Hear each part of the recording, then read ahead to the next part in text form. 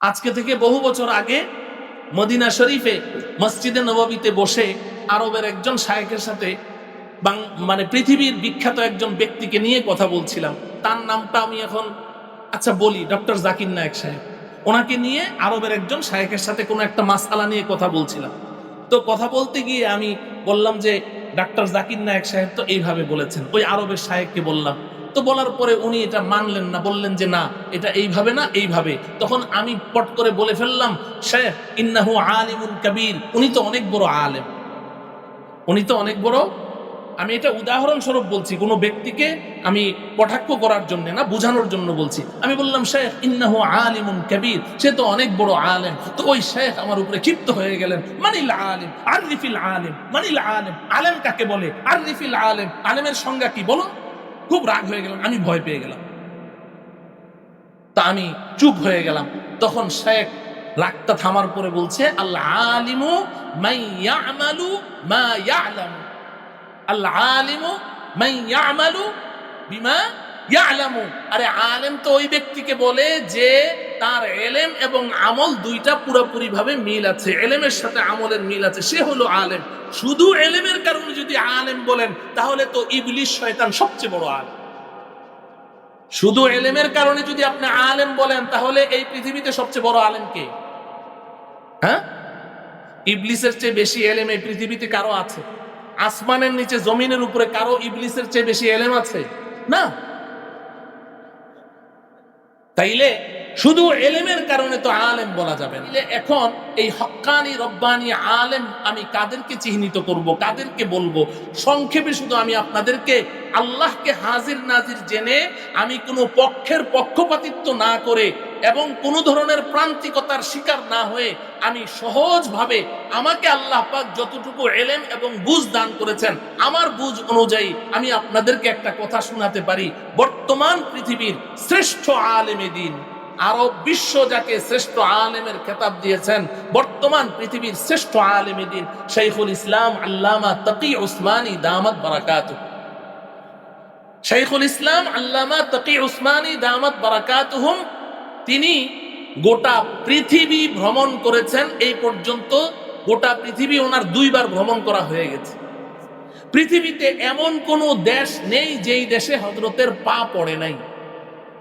গোটা পৃথিবী ভ্রমণ করার পরে এরপরে তিনি লিখতেছেন, শাইখুল ইসলাম আল্লামা তাকি উসমানীর কথা শোনাচ্ছি, আমার কথা না।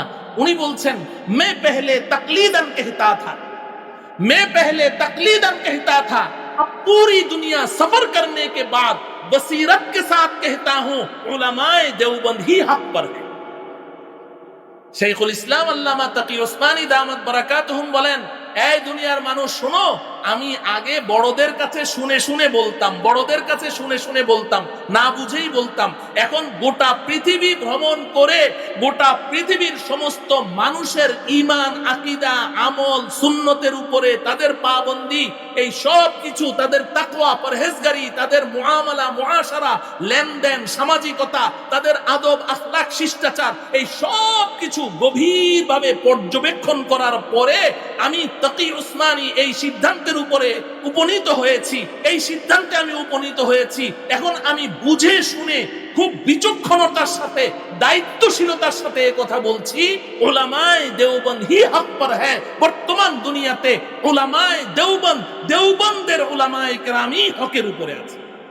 قال رسول الله صلى الله عليه وسلم إن بني إسرائيل تفرقت على 72 ملة وتفترق أمتي على 73 ملة كلهم في النار إلا ملة واحدة قالوا من هي يا رسول الله قال ما أنا عليه وأصحابي أو كما قال رسول الله صلى الله عليه وسلم। হযরতে আনাস ইবনে মালিক রাদিয়াল্লাহু তাআলা আনহু বলেন যে একদিন নবীজি আমাদেরকে বললেন, এই আমার সাহাবীরা শোনো, বনি ইসরাইল তোমাদের পূর্বে একটা গোষ্ঠী অতিবাহিত হয়েছে। বনি ইসরাইল তারা আপোষের মধ্যে ছোট্ট ছোট্ট বিষয় নিয়ে খালি দ্বন্দ্ব করত, ঝগড়া করত। এই দ্বন্দ্ব করতে করতে ওদের মধ্যে 72টা দল হয়ে গেছে। কয়টা বলেন, কয়টা? বনি ইসরাইল 72 দলে বিভক্ত হয়ে গেছে। নবীজি বলেন, আমার উম্মতের মধ্যেও এক সময় এমন একটা পরিস্থিতি আসবে, এরা ছোট্ট ছোট্ট বিষয় নিয়ে ঝগড়া করবে, দ্বিমত করবে, ইখতিলাফ করবে, কেউ কাউকে মানতে চাইবে না, প্রত্যেকে নিজের মতটাকেই সঠিক মনে করবে, একজন আরেকজনের মত গ্রহণ করতে চাইবে না। এইভাবে আমার উম্মতের মধ্যেও ডিভাইডেশন সৃষ্টি হবে, বিভক্তি সৃষ্টি হবে, এবং এক সময় আমার উম্মত ৭৩ দলে বিভক্ত হয়ে যাবে। নাউযুবিল্লাহ যালিক করে। কয় দল? ৭৩ দল। তো বনি ইসরাইলে ছিল ৭২, আমাদের মধ্যে হবে ৭৩। কম না বেশি? বেশি। আপনারা শিক্ষিত জন, ভালো করে বুঝেন, এই যে ৭৩ দলের কথা নবীজি বলেছেন, আপনি যদি মনে করেন যে এই ৭৩ দল হচ্ছে কাফের, মুশরিক, বেঈমান, এই যে ইহুদি, খ্রিস্টান, বৌদ্ধ, অন্যান্য ধর্মাবলম্বী যারা আছে, ওদেরকে সবাইকে নিয়ে মোট ৭৩ দল, তাহলে কিন্তু আপনি ভুল করছেন। এই ৭৩ দল প্রত্যেকটা দলেই কালিমা পড়া মুসলমান। এই ৭৩ দলের প্রত্যেকটা কি? কথা বলে না, কালিমা পড়া মুসলমান। এরা নিজেদেরকে মুসলিম দাবি করবে, প্রত্যেকেই কালিমায়ে তাওহীদ পড়বে, লা ইলাহা ইল্লাল্লাহু মুহাম্মাদুর রাসূলুল্লাহ। এই কালিমা যারা পড়বে এদের মধ্যে ৭৩ দল হবে। নবীজি বলছেন এই ৭৩ দলের মধ্যে কুল্লুহুম ফিন্নার ইল্লা মিল্লাতান ওয়াহিদা, প্রত্যেকটা জাহান্নামী হবে। ৭২টা দল জাহান্নামী হবে, একটা মাত্র দল জান্নাতি হবে। আমার প্রিয় ভাইয়েরা, আমি কোরআন ও হাদিসের একজন নগণ্য ছাত্র হিসেবে আমার দিল বলে, নবীজি যেই যুগের কথা ভবিষ্যৎবাণী করে গেছেন, এখন আমরা ওই যুগের মধ্যে বসবাস করছি। তাইলে এবার আপনি কল্পনা করুন তো, আপনার অবস্থাটা কতটা স্পর্শকাতর অবস্থা আপনার বিরাজ করছে। ৭২টা দল নবীজি বলছেন এরা জাহান্নামী। নবীজি বলছেন, আমি বলছি না, আপনিও বলছেন না, কোনো আলেমের কথা না। নবীজি বলছেন ৭২টা ফেরকা জাহান্নামী, এবং এরা সবাই কালিমা পড়া, কাফের মুশরিক না। তাইলে একটা মাত্র দল জান্নাতি। আপনি টেলিভিশনের সামনে চ্যানেলে বসে বসে আপনি যেই মানুষটার কথা শুনছেন, এই মানুষটা কি ওই এক দল নাজাত প্রাপ্ত, মুক্তিপ্রাপ্ত ওই দলের অন্তর্ভুক্ত, নাকি ওই ৭২ দলের কোনো এক দলের অন্তর্ভুক্ত? এটা বুঝার কষ্টি পাথর আপনার কাছে কি আছে দেখেন।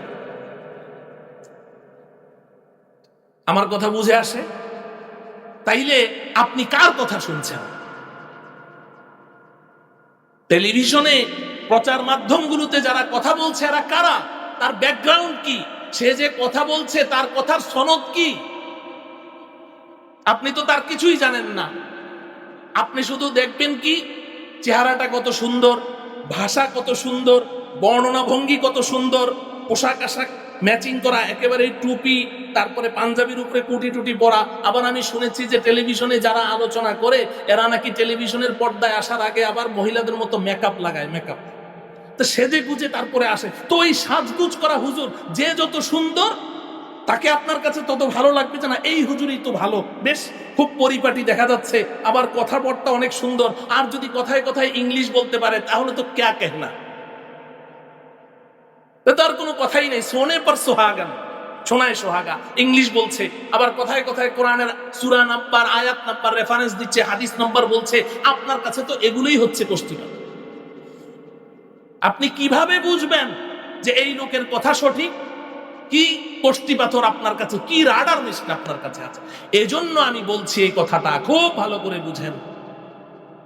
৭২টা বাতিল দল আপনাকে অক্টোপাসের মতো চারদিক থেকে টানছে। এই মুহূর্তে আপনাকে অবশ্যই ফাইন্ড আউট করতে হবে, খুঁজে বের করতে হবে এই সিরাতে মুস্তাকিমের উপরে কারা চলছে। মুনআম আলাইহিম, আল্লাহ পাকের পক্ষ থেকে পুরস্কার প্রাপ্ত দল আল্লাহ যাদেরকে ঘোষণা করেছেন, এরা কারা? এদেরকে খুঁজে বের করতে হবে। কিন্তু দুঃখজনক হলেও সত্য, দুঃখজনক হলেও সত্য, এই দুনিয়ার জগতে আমাদের জীবনে যে কোনো সমস্যা হলেই ওই সমস্যার সমাধানের জন্য ওই বিষয়ের সবচাইতে বড় পারদর্শীকে আমরা খুঁজে বের করি। কি করি না? আপনি একটা বিল্ডিং নির্মাণ করবেন, তো একেবারেই এই এলাকার মধ্যে সবচাইতে পাকাপোক্ত অভিজ্ঞ ইঞ্জিনিয়ার, তাকে খুঁজে বের করছেন। আল্লাহ না করুক আপনার যদি কোনো একটা মারাত্মক ব্যাধি হয়, একটা টিউমার হয়েছে, ক্যান্সার হয়েছে, তাহলে বাংলাদেশের মধ্যে ক্যান্সারে সবচেয়ে বড় পারদর্শী ডাক্তার, তাকে কিন্তু আপনি খুঁজে বের করছেন কি করছেন না? কিন্তু আপনি নিজে কি ডাক্তার? আপনি নিজে ডাক্তার না হয়েও তো ডাক্তারকে খুঁজে বের করছেন। আপনি নিজে ইঞ্জিনিয়ার না হয়েও তো ইঞ্জিনিয়ারকে খুঁজে বের করছেন। তাহলে যখনই শরীয়তের কোনো বিষয় আসে, শরীয়তের কোনো বিধান সংক্রান্ত কোনো বিষয় আসে, যে ভাই আপনি এটা এমন কেন করছেন, এভাবে না করে এইভাবে করেন, অথবা নিজে কোনো একটা সমস্যায় পড়ে গেলেন, এটার সমাধান কি, এই বিষয়টা হলো আমাদের কাছে সবচেয়ে বেশি অবহেলিত। এটার জন্য আমরা কিন্তু বিশেষজ্ঞ তালাশ করি না। যদি একটু উল্টাপাল্টা করি, কেউ যদি বলে আপনি ভুল করছেন, তারে রাখো তো, হুজুররা 10 রকম কথা বলে, এক হুজুর এক রকম কথা বলে, কার কথা শুনবো, বাস এটা বলে আপনি কিন্তু এড়িয়ে চলে গেলেন। এইভাবে তো আপনি আমাকে জবাব দিতে পারবেন, হাসরের ময়দানে আল্লাহর কাছে জবাব দিতে পারবেন যে হুজুররা 10 রকম বলে। আরে ভাই, হুজুররা 10 রকম বলে এটা দোষ হয়ে গেল। আর আপনি যখন ডাক্তারের কাছে যান, আপনি একই রোগ নিয়ে 10 জন ডাক্তারের কাছে যান, 10 জন ডাক্তারের প্রেসক্রিপশন 10 রকম না হইলেও 5 রকম হবে। হ্যাঁ, এক ডাক্তার প্রেসক্রিপশন করছে, প্রফেসর এক ডাক্তার প্রেসক্রিপশন করেছে, আমি তার নাম বললে আপনারা সবাই চিনবেন, কিন্তু গীবত হয়ে যাবে, এই জন্য বলবো না। প্রফেসর, দেশের একজন ভূতপূর্ব প্রফেসর, উনি প্রেসক্রিপশন করেছেন। তো আমাদের পরিচিত একজন বন্ধু মানুষ, উনি সহকারী অধ্যাপক, ওনার কাছে নেওয়ার পরে উনি এতটা ক্ষিপ্ত হয়ে গেলেন যে থরথর করে কাঁপতে শুরু করলেন, স্যার এই প্রেসক্রিপশন কি করে করলো, মানে উনি পারছেন না প্রেসক্রিপশনটা ছিঁড়ে ফেলতে, কিন্তু আইনগতভাবে এটা নিষেধ, এক ডাক্তারের প্রেসক্রিপশন একজন চিনতে পারবে না। উনি থরথর করে কাঁপতে শুরু করলেন, উনি কি করে এই প্রেসক্রিপশন। তো ডাক্তাররা যদি 10 জন ডাক্তার 5 রকম প্রেসক্রিপশন করে, এটা কোনো দোষ হয় না। আবার এক ইঞ্জিনিয়ার ড্রয়িং করছে, আরেক ইঞ্জিনিয়ার ভুল ধরছে যে না এটা এইভাবে হয় না, এই জায়গায় আপনার জায়গাটা নষ্ট হচ্ছে, এটাও তো কাজে লাগানো যাবে, এখানে বাথরুমটা না হয়ে এখানে কিচেন হলে ভালো হয়। আরেকজন ইঞ্জিনিয়ার ভুল ধরছে, ওখানে কোনো দোষ হয় না। শুধুমাত্র হুজুররা যদি 2 রকম কথা বলে, তাহলে দূর, হুজুররা 10 রকম কথা কয়, এজন্য আমি নামাজ পড়ি। আরে তোর সমস্যাটা কি? কথা বুঝেন? বড় একটা পেরেশানির সময় কিন্তু এখন চলছে। এখানে আপনাকে কি করতে হবে? খুঁজে বের করতে হবে যে সিরাতে মুস্তাকিমের উপরে পথিক। আল্লাহ তো এটা বলে দিলেন যে আমার পুরস্কার প্রাপ্ত নির্বাচিত বাছাইকৃত একদল মানুষ আছে, থাকবে। নবীজি তো বলেছেন হাত্তা তাকুমাস সাআ, কিয়ামত পর্যন্ত এরা থাকবে, ওদেরকে খুঁজে বের করুন। মুহতারাম হাজিরিন, এখন প্রশ্ন হলো এদেরকে আমি কেমনে খুঁজবো?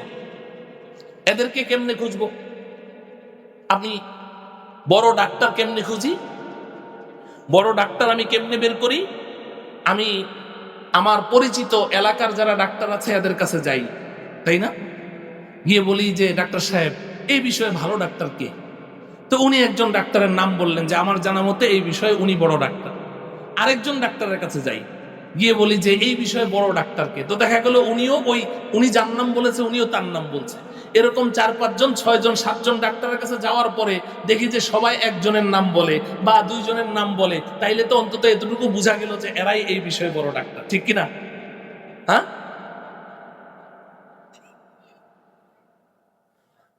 আর আল্লাহ রব্বুল আলামিন আমাকে আপনাকে আকল বুদ্ধি বিবেক দান করেছেন, আকল বুদ্ধি বিবেক দান করেছেন, এটাও আমাদের একটা রাহবর।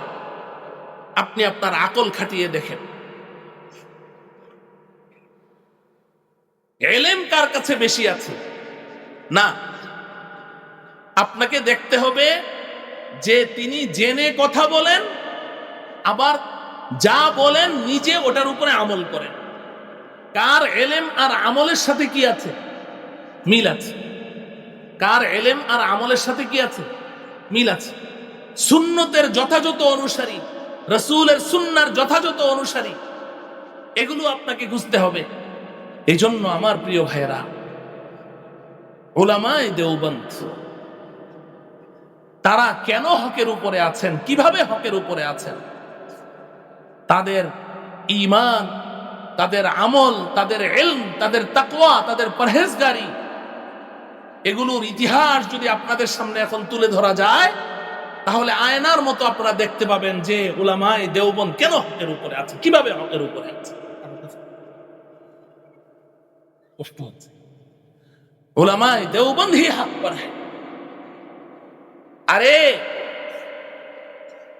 এই উপমহাদেশের শ্রেষ্ঠ মুফাসসিরে কোরআন, এই উপমহাদেশের শ্রেষ্ঠ মুফতি আজম হযরত মুফতি শফি রহমতুল্লাহি আলাইহি তাফসীরে মারিফুল কোরআন আপনাদের কাছে আছে।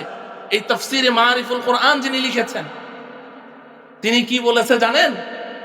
আমাদের আকাবিরিনে দেওবন্দ তাদের সম্পর্কে মন্তব্য করতে গিয়ে মুফতি শফি রহমতুল্লাহি আলাইহি লিখেছেন, हमारे अकाबिर देवबंद ये तो सहाबा की जमात है, भूले से पीछे रह गए। ये तो सहाबा की जमात है, भूले से पीछे रह गए। अरे एरा तो साहाबाদের জমাত, ভুলেই না 1400 বছর পরে চলে এসেছে। সাহাবায়ে কেরাম, জিন্দা সাহাবী সাহাবায়ে কেরাম, তারা ইতাআতে রাসূল, রাসূলের অনুসরণে যতটা পরিপক্ক ছিলেন, যতটা মুস্তাকিম ছিলেন, অটল অনড় অবিচল ছিলেন, এই সাহাবায়ে কেরামের বাস্তব রূপ হচ্ছে আমাদের আকাবিরিনে দেওবন্দ। এখানে আমাদের প্রিয় যুবক ভাইয়েরা, কলেজ ইউনিভার্সিটির ভাইয়েরা এখানে অনেকেই আছেন। আমি আরেকটা কথা আপনাদেরকে বলি, বর্তমান সময়ে, বর্তমান দুনিয়াতে বড় একটা ফিতনা, বর্তমান দুনিয়াতে এই ফিতনার নাম হলো ফিতনায়ে আহলে হাদিস। ফিতনার নাম কি? এই ফিতনায়ে আহলে হাদিস, এদের মূল স্লোগানটা কি? এদের মূল স্লোগান হলো যে তোমার কাছে কোরআন আছে, হাদিস আছে, সহিহ হাদিস আছে, তুমি ঘরে বসে কোরআন পড়ো, সহিহ হাদিস পড়ো, আর সিরাতে মুস্তাকিমের উপরে চলো, ব্যক্তির অনুসরণের দরকার। এই কথা বলে কি বলে না? এই কথাটা একটু বুঝেন, এই কথাটা একটু বুঝেন আপনি, যে আমাকে তো আল্লাহ পাক কোরআন দিয়েছেন, আমি তো এই বিষয়টাই এতক্ষণ আপনাদের সামনে পরিষ্কার করলাম যে আমার কাছে কোরআন আছে, আমার কাছে সহিহ হাদিস আছে, আমি কোরআন পড়বো, হাদিস পড়বো, আমি সিরাতে মুস্তাকিমের উপরে চলবো।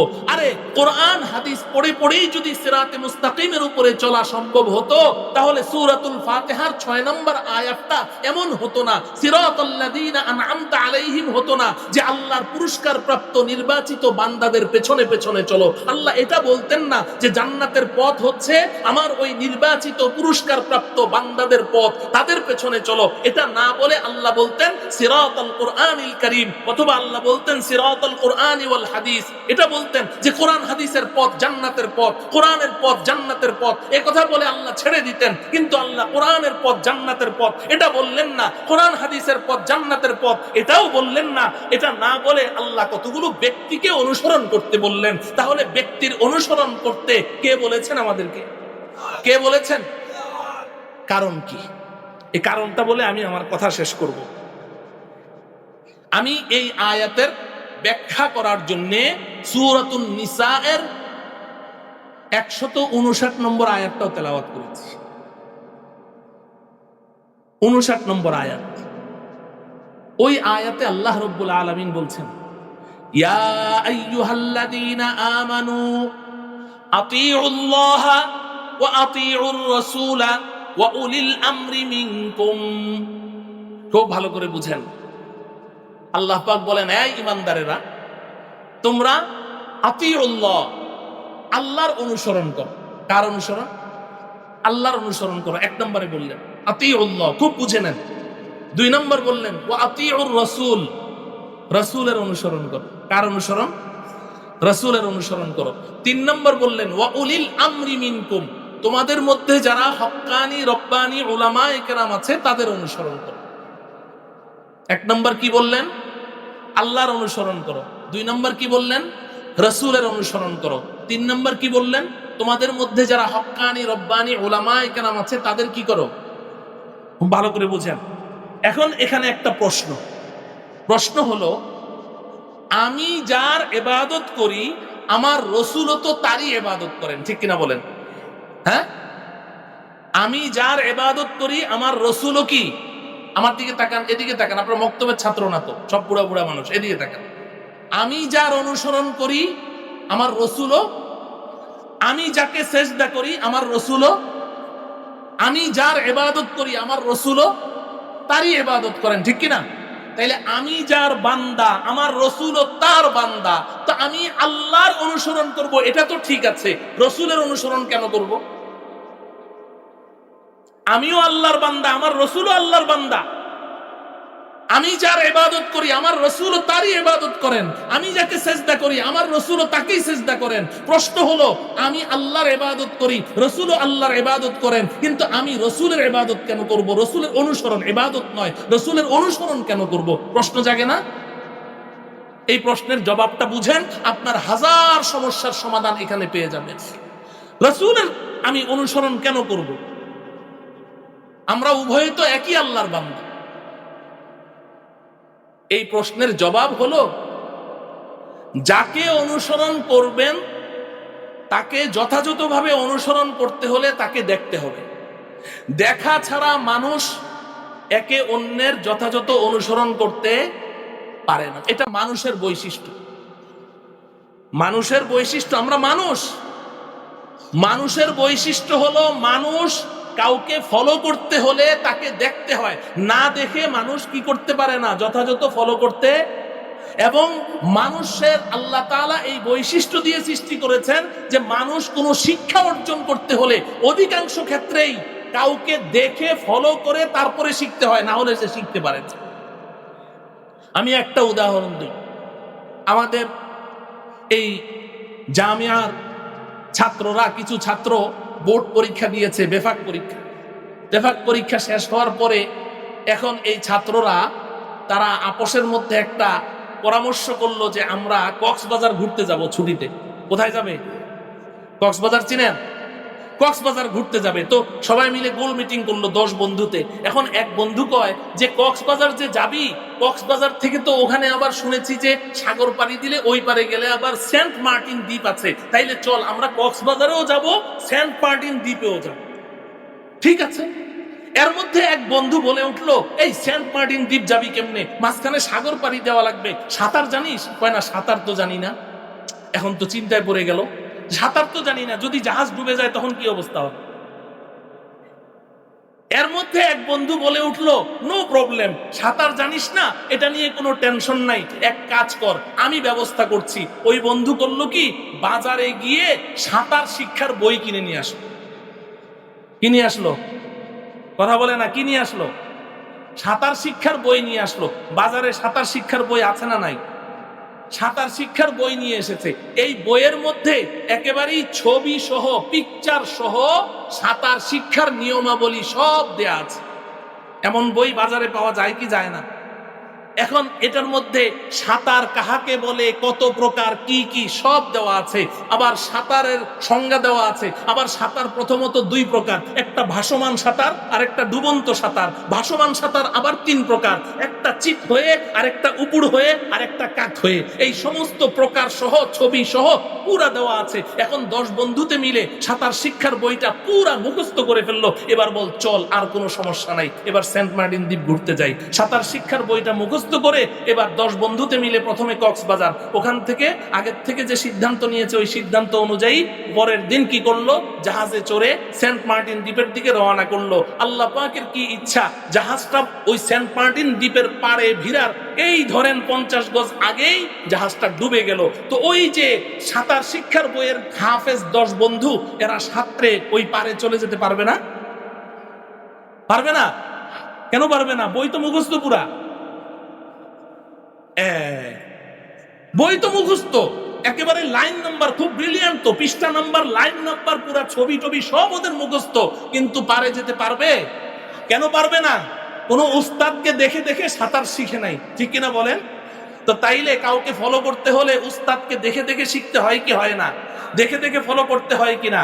আরেক বন্ধু চিন্তা করলো, আপনাদের মধ্যে কেউ যে আমি ড্রাইভিং শিখবো, তো ড্রাইভিং শেখার জন্য তো বাজারে বই আছে, ড্রাইভিং শিক্ষা বই, ওই বই নিয়ে আসলো। বই আনার পরে বইয়ের মধ্যে সব ছবি দেওয়া আছে যে তোমার গাড়িটা কি ম্যানুয়াল নাকি এটা অটো গাড়ি। যদি ম্যানুয়াল হয় তোমার ডান পায়ের নিচে কিন্তু 3টা ফাংশন আছে, একেবারেই যদি বাম দিকে একটা ফাংশন আছে, ওটার মধ্যে যদি চাপ দাও তাহলে গাড়ি দৌড়াবে, মাঝখানেরটায় চাপ দিলে গাড়ি দাঁড়াবে, দাঁড়ায়া যাবে, বাম পাশেরটায় চাপ দিলে বাম পাশে একটা, আবার বাম হাতের এখানে একটা লাঠি আছে, লাঠিটা নাড়াচাড়া করলে গিয়ার চেঞ্জ হবে। আবার যদি তুমি ডান দিকে ঘুরতে চাও, সামনে একটা চাক্কার মতো আছে স্টিয়ারিং, এটা ডানে ঘুরাও বাঁয়ে ঘুরাও, সব কিছু ছবি সহ দেয়া আছে। আপনি ড্রাইভিং শিক্ষার বইটা মুখস্থ করে ফেললেন, মুখস্থ করে এইবার আপনি আল্লাহর নাম নিয়ে গাড়িতে চড়ে স্টার্ট দিলেন গাড়ি চালাইতে পারবেন?